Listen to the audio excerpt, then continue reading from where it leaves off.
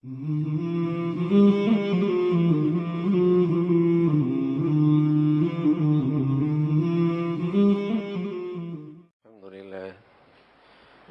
لله والصلاة والسلام على سيدنا محمد وعلى آله وأصحابه أجمعين. الحمد لله والصلاة والسلام على سيدنا محمد وعلى آله وأصحابه أجمعين. أما بعد، فأعوذ بالله من الشيطان الرجيم. بسم الله الرحمن الرحيم. ألا له الخلق والأمر ألا له الخلق والأمر ولله ملك السماوات والأرض هو الله الملك المؤمن المهيمن العزيز الجبار المتكبر. صدق الله العظيم. اللهم صل على سيدنا محمد النبي الأمي وعلى آله وأصحابه وسلم. اللهم صل على سيدنا محمد النبي الأمي وعلى آله وأصحابه وسلم. اللهم صل على سيدنا محمد النبي الأمي وعلى آله وأصحابه وسلم. میرے معزز مسلمان بزرگوں، عزیز بھائیوں، کائنات کا خالق بھی ایک ہی ہے اور اس کائنات کا حقیقی بادشاہ اور حاکم بھی ایک ہی ہے. اور اس کائنات کے خالق اور مالک کا یہ اعلان ہے، یہ اس مالک اور بادشاہ کی طرف سے اعلان ہے ساری انسانیت کے لیے. الا لہ الخلق والامر.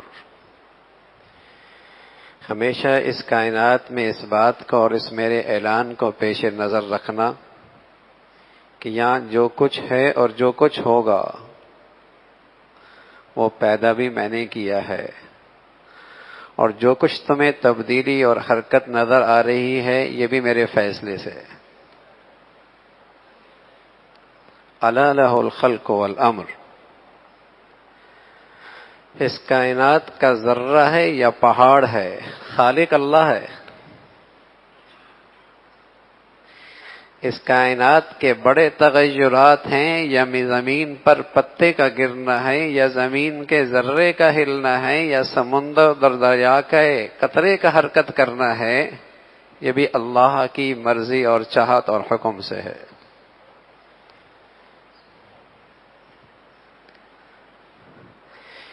کائنات کے بادشاہ کا یہ اعلان ہے کہ اس دنیا میں رہ رہے ہو تو اس پیغام اور اس اعلان کو ہمیشہ پیش نظر رکھنا کہ یہاں کوئی چیز اتفاقی نہیں ہوتی. اتفاقاً ہو گیا، یہاں کوئی چیز اتفاقی نہیں ہے. اس کائنات کے رب کا اس میں حکمت بھی ہے، مصلحت بھی ہے، اسی کا فیصلہ اور حکم ہے. الا لہ الخلق والامر.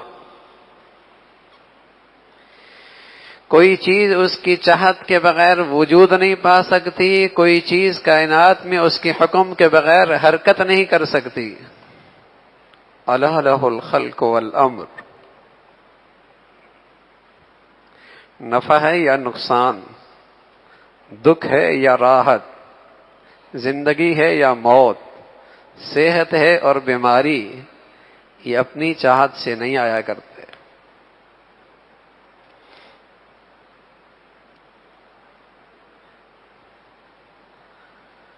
نفع ہے یا نقصان، دکھ ہے یا راحت، صحت ہے یا بیماری، زندگی ہے یا موت، یہ اپنی مرضی سے نہیں آیا کرتی. اور نہ ہی اس کائنات میں کسی چیز میں طاقت ہے کہ وہ نفع دے دے یا بیمار کر دے، زندگی دے دے یا موت دے دے. اگر یہ اختیار اور قدرت ہے تو صرف خالق اور مالک کے پاس ہے بس.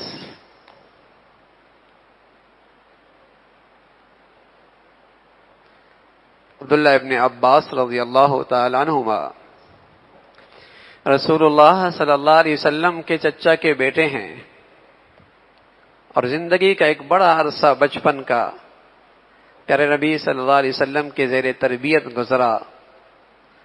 عام موقع بموقع ان کی تربیت کرتے، ذہن سازی کرتے۔ بڑا آدمی بننا تھا، بہت ہی بڑے آدمی بننے تھے، امام المفسرین بنے، اتنا بڑا علم کا حصہ ملا، تو آپ ان کی تربیت، ان کی ذہن سازی، یہ کہنے لگے۔ ایک دن رسول اللہ صلی اللہ علیہ وسلم کے ساتھ میں سواری پہ آپ کے پیچھے بیٹھا ہوا تھا، تو مجھے اللہ کے نبی صلی اللہ علیہ وسلم نے فرمایا، یا غلام، اے بیٹے، احفظ اللہ یحفظک، احفظ اللہ تجدہ تجاہک، وَإِذَا سَأَلْتَ فَاسْأَلِ اللَّهَ وَإِذَا اسْتَعَنْتَ فَاسْتَعِنْ بِاللَّهِ وَاعْلَمْ أَنَّ الْأُمَّةَ لو اجتمعت على أن ينفعوك بشيء لم ينفعوك بشيء إلا قد كتبه الله لك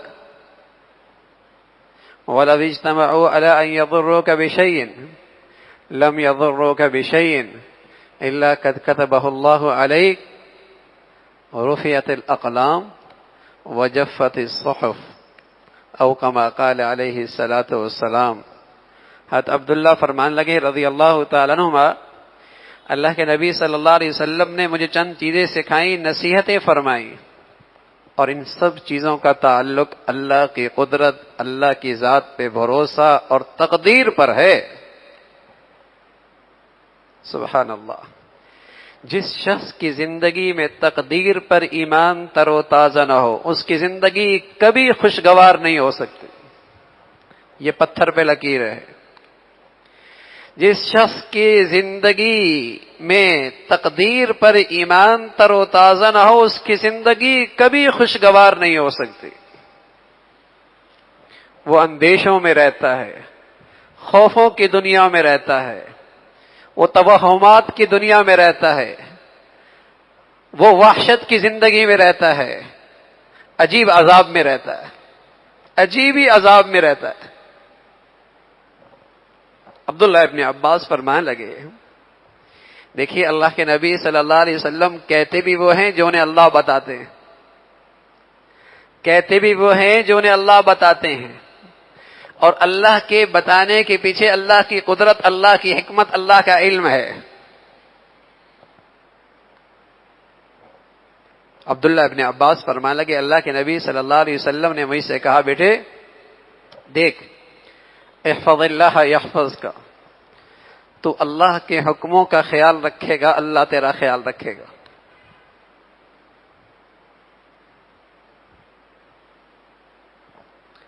کیا قیمتی بات ہے، اگر مسلمان اس پر ایمان لے آئے اور واقعی جس پیغمبر کو سچا پیغمبر مانتا ہے اور ایمان کا دعویٰ بھی ہے کہ میری زندگی کا تحفظ، میری زندگی کا تحفظ کا سب سے بڑا سبب اللہ کے حکموں کا تحفظ ہے، احکام الہی کا تحفظ ہے۔ اگر واقعی اللہ کے رسول کو سچا رسول مانتا ہے اور اس کا یہ ایمان تر و تازہ ہو جائے کہ میری صحت کا تحفظ، میرے مالی اقتصاد اور معیشت کا تحفظ، میرے بچے بچیوں کا تحفظ، میری زندگی کا تحفظ، احفظ اللہ یحفظ کا، تو اللہ کے حکموں کی حفاظت کر، اللہ تیری حفاظت کریں گے۔ احفظ اللہ تجدہ تجاہک، تو اللہ کے حکموں کا خیال رکھے گا تو اللہ کی مدد اور نصرت کو اپنے سامنے پائے گا۔ وَإِذَا سَأَلْتَ فَاسْأَلِ اللَّهَ، جب تجھے کسی چیز کی ضرورت ہو تو اللہ سے سوال کر۔ وَإِذَا اسْتَعَنْتَ فَاسْتَعِنْ بِاللَّهِ، اور جب کسی ضرورت میں، کسی مہم میں تجھے مدد کی ضرورت ہے، معاونت کی ضرورت ہے، تعاون کی ضرورت ہے، اللہ سے مدد مانگ۔ اگلی بات، وَاعْلَمْ أَنَّ الْأُمَّةَ، بیٹے یہ بات کان کھول کے سن لے. لو اجتمعت علی ان ينفعوک بشیء، ساری دنیا کے سارے انسان بھی اکٹھے ہو جائیں، ساری دنیا کے سارے انسان بھی اکٹھے ہو جائیں اور تجھے کوئی نفع پہنچانا چاہیں. اگلے جمعے میں فرمایا تجھے کوئی نقصان پہنچانا چاہیں، تجھے کوئی راحت پہنچانا چاہیں، تجھے دکھ پہنچانا چاہیں، تجھے صحت پہنچانا چاہیں، تیری صحت تجھ سے چھیننا چاہیں، ساری دنیا کے سارے انسان بھی اکٹھے ہو جائیں، ہوگا وہ ہو جو اللہ کی طرف سے طے ہو چکا ہے.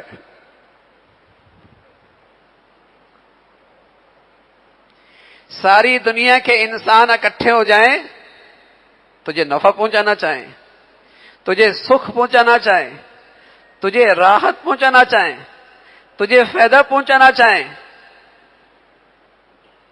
نہیں پہنچا سکتے، نہیں پہنچا سکتے.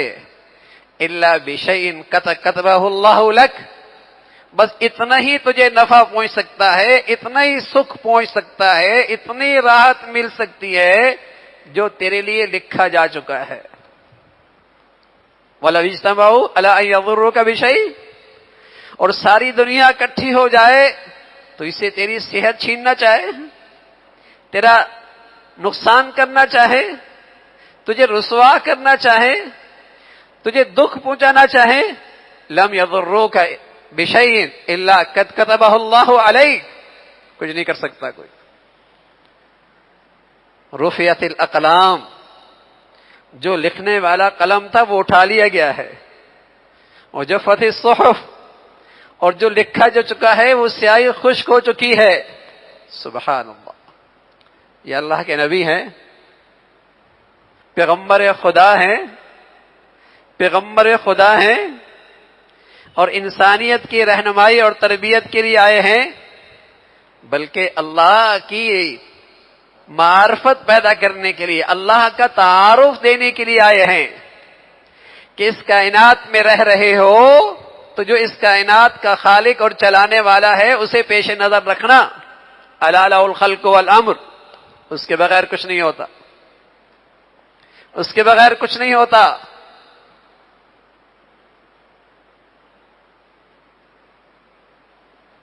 تو ہوگا وہ ہو جو اللہ چاہے گا. سبحان اللہ. اللہ نے اس کائنات کو اسباب سے جوڑا ہے، اللہ نے اس دنیا کو اسباب سے جوڑا ہے، اللہ نے اس دنیا کو اسباب سے جوڑا ہے. عقیدہ اور نظریہ یہ دیا ہے، عقیدہ اور نظریہ یہ دیا ہے کہ ہوتا وہ ہے جو اللہ چاہتا ہے، ہوتا وہ ہے جو اللہ چاہتا ہے. دنیا کو اسباب سے جوڑا ہے. یہی ایمان اور غیر ایمان والے میں فرق ہے، یہی مسلمان اور کافر میں بنیادی فرق ہے. یہی بنیادی فرق ہے مسلمان اور کافر میں کہ کافر سارا کا سارا زور اسباب و وسائل کے گرد لگاتا ہے، اور مسلمان اسباب کو اللہ کا حکم سمجھ کے استعمال کرتا ہے، لیکن ساری کی ساری توانائیاں اپنے مولا اور اپنے کریم داتا کی رحمت لینے کے اندر صرف کر دیتا ہے. فیصلہ اس نے کرنا ہے، مرضی اس کی چلنی ہے، حکم اس کا چلے گا. اسباب اختیار کرتا ہے لیکن اسباب والے رب کو راضی رکھتا ہے، اس کے سامنے پیشانی جھکاتا ہے، اس کی رحمت لیتا ہے، اس ذات کی طرف رجوع کرتا ہے. یہ مسلمان اور کافر میں فرق ہے. اس لیے اللہ کے نبی صلی اللہ علیہ وسلم پر آپ کی پوری زندگی اور سیرت ملتی ہے. جب بھی کوئی آزمائش آئی سب سے پہلے اللہ کی در کی طرف دوڑے، سب سے پہلے اللہ کے گھر کی طرف دوڑے، سب سے پہلے نماز کی طرف آگے بڑھے، بلکہ اپنی امت کو وظیفہ دیا، امت کو وظیفہ دیا اور ایک نماز کا نام رکھ دیا. اس نماز کا نام ہے صلاۃ الحاجت. اس نماز کا نام ہے صلاۃ الحاجت، حاجت کی نماز.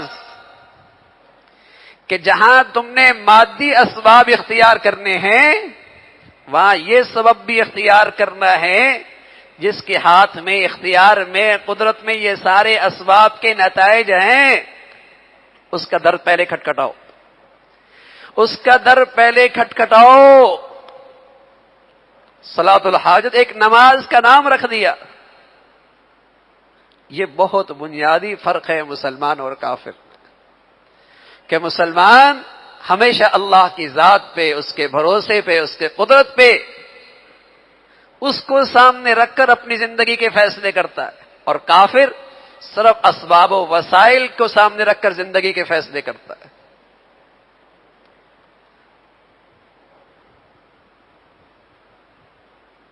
مسلمان اللہ کی ذات پہ ایمان رکھتا ہے،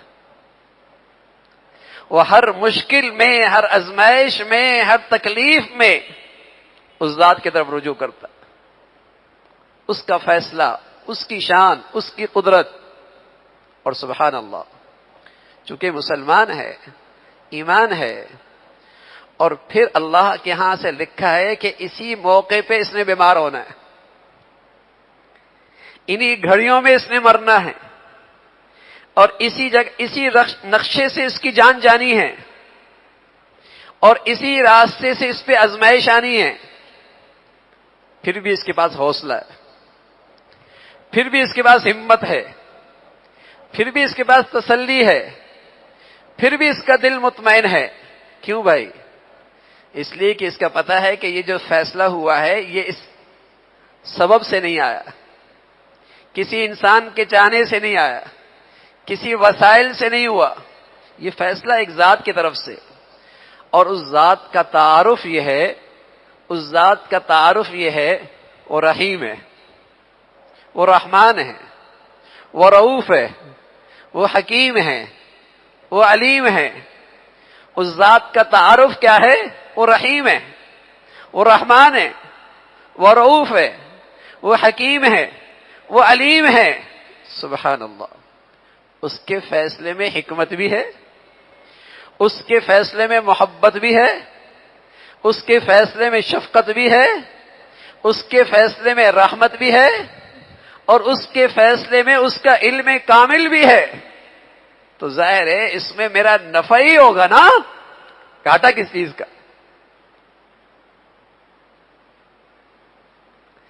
کسی ایرے غیرے کا فیصلہ ہوتا تو مجھے پریشانی لائق ہوتی؟ یہاں تو فیصلہ اس ذات کا ہے جس کا پیار مجھ سے، میری ذات سے بھی زیادہ ہے، جس کی رحمت اور شفقت جتنی مجھے اپنی ذات پہ نہیں، اس کی اس سے بھی زیادہ ہے، جس کی حکمت کامل، علم کامل، رحمت کامل، شفقت کامل، پیار کامل۔ ایک بچہ جب گھر کے دروازے سے کتابوں کا ایک بستہ اٹھا کر باہر نکل رہا ہوتا ہے، اور بس اوقات اس کی آنکھوں سے آنسو بھی جاری ہوتے ہیں، نیند آ رہی ہوتی، جانا نہیں چاہتا، جانا نہیں چاہتا، رو رہا ہوتا ہے، اور اماں اسے بھیج رہی ہوتی ہے۔ اس کے آنسو دیکھو تو لگتا ہے تکلیف میں، اور اگر نظر ماں پہ جائے تو یہی ایک نظر آتی ہے کہ ماں سے بڑھ کر اس کے اوپر کون خیر خائی کر سکتا ہے۔ بچے کے رونے پہ دیکھو تو لگتا ہے بڑی زیادتی ہو رہی ہے، لیکن جب دیکھو کہ باہر کون بھیج رہی ہے، یہ فیصلہ کس کا ہے؟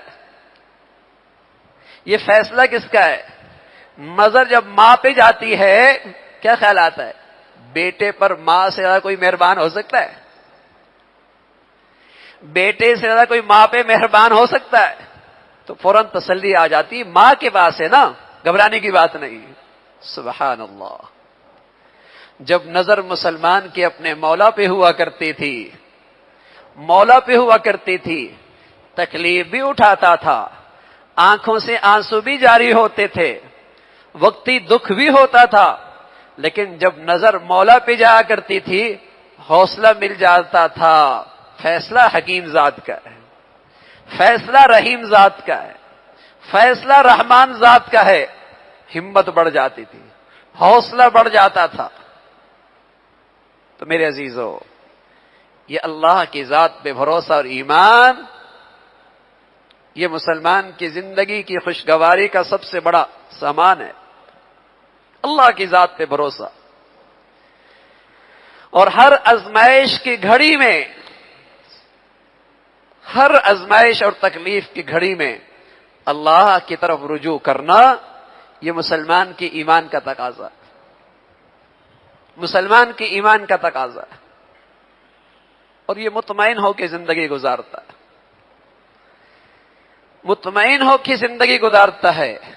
قسم خدا کی، مسلمان کی زندگی اور خوف زدہ ہونا، ان دونوں میں کوئی جوڑ نہیں ہے۔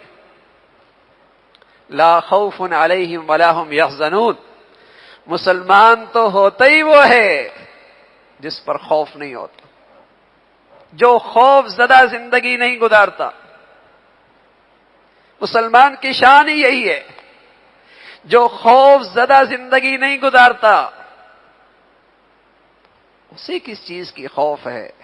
کوئی بچہ ماں کی گود میں ہو تو دیکھنے والا مطمئن ہوتا ہے ماں سنبھال لے گی، اور کوئی شخص اللہ کا بندہ ہے اور اس کے حکموں کی تعمیل میں ہے اور اللہ کی رحمت کی گود میں ہے، اسے کس چیز کی گھبراہٹ ہے؟ اسے کس چیز کی گھبراہٹ ہے؟ میں عرض کر رہا ہوں، آزمائش آ بھی گئی، بیماری آ بھی گئی، دکھ آ بھی گیا، لیکن آیا کس ذات کی طرف سے؟ بس اوقات آدمی کسی ماہر ڈاکٹر جس کے بارے میں اس کا اعتقاد ہے کہ یہ اس پر مہربان بھی بہت ہے، خیرخواہ بھی بہت ہے، اور اپنا جسم اس کے حوالے کر دیتا ہے، اپنا جسم اس کے حوالے کر دیتا ہے، اور وہ فیصلہ کرتا ہے کہ اس کا سینہ کاٹ دو، دل باہر نکال دو۔ لیکن یہ بھی مطمئن ہوتا ہے، اس کے گھر والے بھی مطمئن ہوتے، یہ بھی مطمئن ہوتا ہے، اس کے گھر والے بھی مطمئن ہوتے ہیں۔ کیوں بھائی؟ اس لیے کہ اس ڈاکٹر پر ایمان ہے نا، اس کی مہارت پر بھی ایمان ہے، اس کی شفقت پر بھی ایمان ہے، اتنا بڑا خطرے میں ڈال رہا ہے پھر بھی مطمئن ہے۔ سبحان اللہ، یہی حال مسلمان کا تھا جب وہ اللہ کی ذات پہ ایمان رکھتا تھا، اللہ کی ذات پہ اسے بھروسہ تھا، اسے اللہ کی معرفت نصیب تھی، جو بھی اللہ کی ذات اس میں تصرف کرتی یہ مطمئن ہوتا تھا۔ اور اگر ڈاکٹر کے علاوہ کوئی اور آدمی آپ کے بازو میں سوئی چبو دے، آپ لڑنے کھڑے ہو جائیں گے۔ ڈاکٹر چبو دے تو آپ شکریہ بھی ادا کریں گے، پیسے بھی نکال کے دیں گے۔ کوئی اجنبی چھپا دے تو آپ اس سے لڑنے کھڑے ہو جائیں گے، اس لیے کہ اجنبی کو جانتے نہیں ہیں، اس لیے آپ کو شکایت ہوگی۔ ڈاکٹر نے چبویا اس لیے کہ وہ آپ کا قابل اعتماد ہے۔ ارے میرے عزیزو، جب مسلمانوں کو اپنے مولا پہ اعتماد ہوا کرتا تھا تو تکلیف کے اندر بھی شکر ہوا کرتا تھا، نہ شکری نہیں ہوا کرتی تھی۔ لیکن جب سے اللہ کو پہچاننا چھوڑ دیا، اللہ کی معرفت سے میرے دل خالی ہو گئے، تو میرے عزیزو پھر تو ایسا ہی ہے جیسے کسی نے سوئی چبو دی، پھر شکوے ہی شکوے ہے، پھر اس کا درد ہی درد ہے، پھر اس کی تکلیف ہی تکلیف ہے۔ تو آج بھی اللہ ہے اور اپنی پوری قدرت اور طاقت کے ساتھ ہے۔ اللہ کرے ہم اپنے اللہ کی معرفت حاصل کرنے والے بنے اور اپنے اللہ کے قریب ہوں، پھر دیکھیے آپ کی زندگی میں دکھ کے اندر بھی سکھ ہوگا، آپ کی زندگی میں دکھ میں بھی سکھ ہوگا، اور بے چینی اور پریشانی کے نقشوں کے اندر بھی آپ کے دل میں سکون ہوگا۔ اس لیے کہ اللہ کے نبی نے ہمیں بتایا ہے، احفظ اللہ یحفظک، تو اللہ کے حکموں کا خیال رکھ، اللہ تیرا خیال رکھے گا۔ احفظ اللہ تجدہ تجاہک، تو اللہ کے حکموں کا خیال رکھا کر، تو اللہ کو اپنے ساتھ پائے گا، اور جس کے ساتھ اللہ ہو، سبحان اللہ۔ اللہ رب العزت ہمیں دین کی صحیح سمجھ نصیب فرمائے اور اپنی ذات پہ تازہ ایمان اور بھروسہ نصیب فرمائے۔ وآخر